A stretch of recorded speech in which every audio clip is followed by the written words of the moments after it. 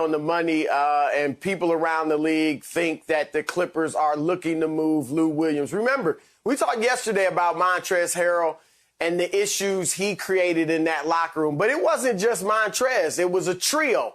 Montrezl, Lou, and Patrick Beverley. And I'm not saying it was a civil war, but it was just some tension there. And we all know that. And so, yeah, they wouldn't mind getting rid of Lou and Patrick Beverley. I think you can even say they're shopping them, not desperately shopping them, like we got to get them out of here, but they would like that type of fresh start. Lou also brings problems on the court. As great as he is offensively, he doesn't play good defense. We all know that. He's a liability there.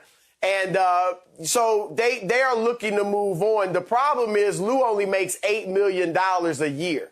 So it's going to be tough to get a player back who can give you his production for that type of money. With Patrick Beverley, he's got 2 years, about $27 million left on his deal. And teams feel like, and it's true, he's always injured. If you look at his history, he is always banged up. Maybe it's how tough he plays, how hard-nosed he is, but that is scaring teams off. So there's not a ton of, much of a market out there for Patrick Beverley or really either of these guys. Now, the Clippers would love to get their hands on Terry Rozier. I would love them to get Terry Rozier. I'm sure Skip would love them to get Terry Rozier. It's the type of move that's needed to help them keep pace with the Lakers, but nothing's impossible. But Michael Jordan loves Terry Rozier. He wishes he had a team full of Terry Roziers. A lot of people think Rozier's on the market because they drafted LaMelo Ball, who's a point guard, but that's not necessarily the case. Jordan thinks they can play together. Rozier can play some too. If he's going to trade him, it's going to take a lot more than what the Clippers can offer. And so while I'd like to see them get Rozier, I do not see that happening. Can somebody ask me this, Skip? Chris, you and Skip, maybe you can help me. What is the Clippers culture? What is it? What do you think it is? Not losing. Well, you know what, though, recently, we do have to be honest. I mean, under Chris Paul and Blake Griffin, they were pretty good. Not a championship team, but they were legit contenders. Then when Chris left, they became this hard-nosed, There you go. Team. Thank you. Paul. And then, okay. Trez, Lou Will. Kawhi and Paul George, that changed. So in other words, if you're going to make a fresh start, you got to get everybody that was there part of the old culture. Remember, Skip, Pat Bev bounced around. Trez bounced around. Lou Will was a second-round draft pick. They fought, scratch, claw, practice every single day, played every single night. And now you get two guys coming here and they take it off. They not practicing. They play when they want to. And that rubbed them the wrong way. And so in order for you to get a fresh start, because clearly, and rightfully so, Paul George and Kawhi, those are your centerpieces. You got to keep those happy, those guys happy, because both of those guys have player options next year. The one thing you cannot have happen is one or both of these guys walking out the door and you're about to go get $1 billion, $1.5 billion playpen down in Inglewood. You can't have that, Skip. Now, I would love for you to get Terry Rozier, because what you really need was a Rajon Rondo, a guy that's unconcerned about scoring, that only cares about getting you involved in your offense. I agree with that. Terry Rozier has success in the playoffs, Skip, scoring the basket. He wants to be really a two masquerading as a point. So he going to want to get his bucket. And Kawhi, when he told him, I think he passed the ball to Reggie Jackson, somebody, he said, I ain't get a ball up for that, please. So I can just imagine Kawhi and Terry Rozier. But you go ahead and get it. Do what y'all need to do. But we upstairs polishing up our trophy. Yep, you lucked into it. I give you that. Ain't no luck. So, to me, the Clippers culture is whatever Kawhi wants it to be right now. Basically. Yeah. Basically. And he wanted Serge Ibaka to be part of that culture because he loves Serge and Serge loves Kawhi. And it's going to be very different. But they kept their one enforcer. Marcus Morris is still right in the middle of this. And he is a very valuable piece. And he got his money to stay. So I love that. And to Chris's point, it was a clash of old guard versus new guard.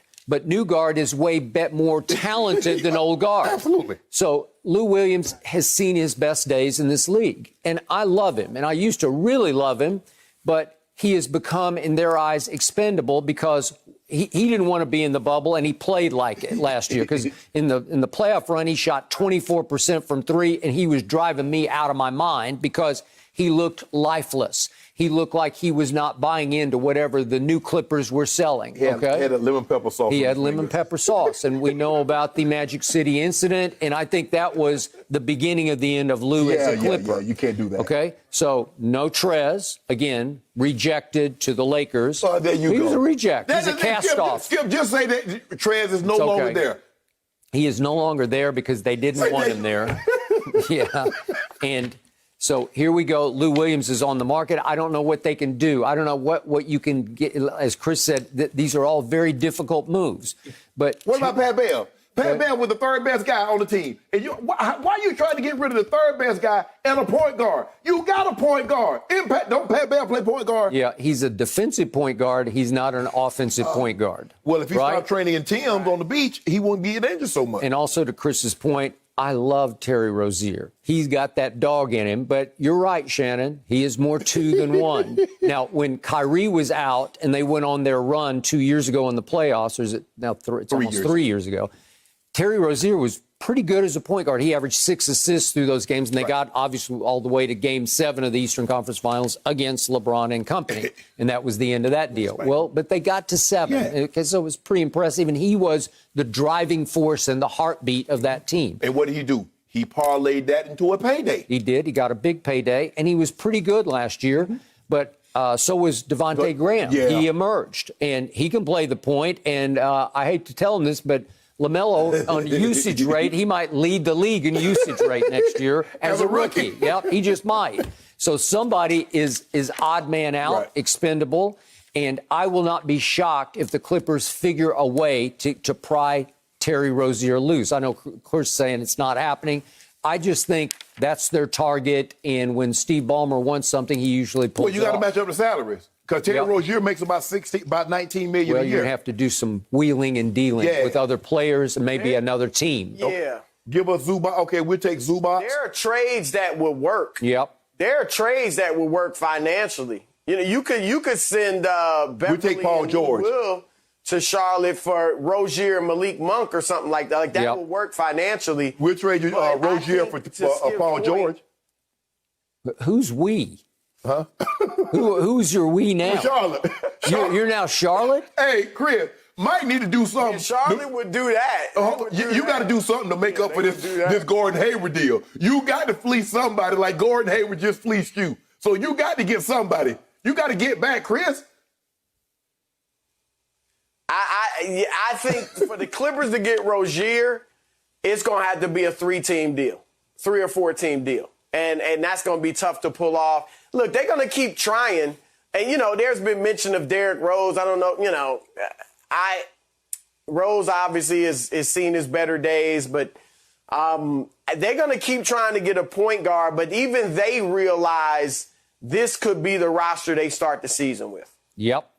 So for once, starting next year, the Clippers are going to be way under the radar. The odds makers will not love them because they're going to be starting fresh. Hold on. New coach, new culture. How do you get under the radar with 2 top 10 players when just last year you had the best player? You said the best player in the NBA, that KD was injured and he was just coming off the championship, was Kawhi Leonard. How can you ever, when has LeBron James ever flown under the radar? Chris, can you tell me that? Not Kawhi under the radar? What is he? A B-52? He an AWACS? He's the silent assassin. Yeah, he was real solid in Game 7. He was real solid in Game 6 and 5 in the fourth quarter. Go ahead. You can gloat now. Yeah. They still start as the second best team in the West. I don't think they're that far under the radar. Like the Lakers are ahead of everybody, but I think they're viewed as the second best team, even over Denver. Hold up. Who goes to the limit talking about, man, if I can just get the silver? If I can just get the bronze medal. No. I hear you. I'm just saying they're not under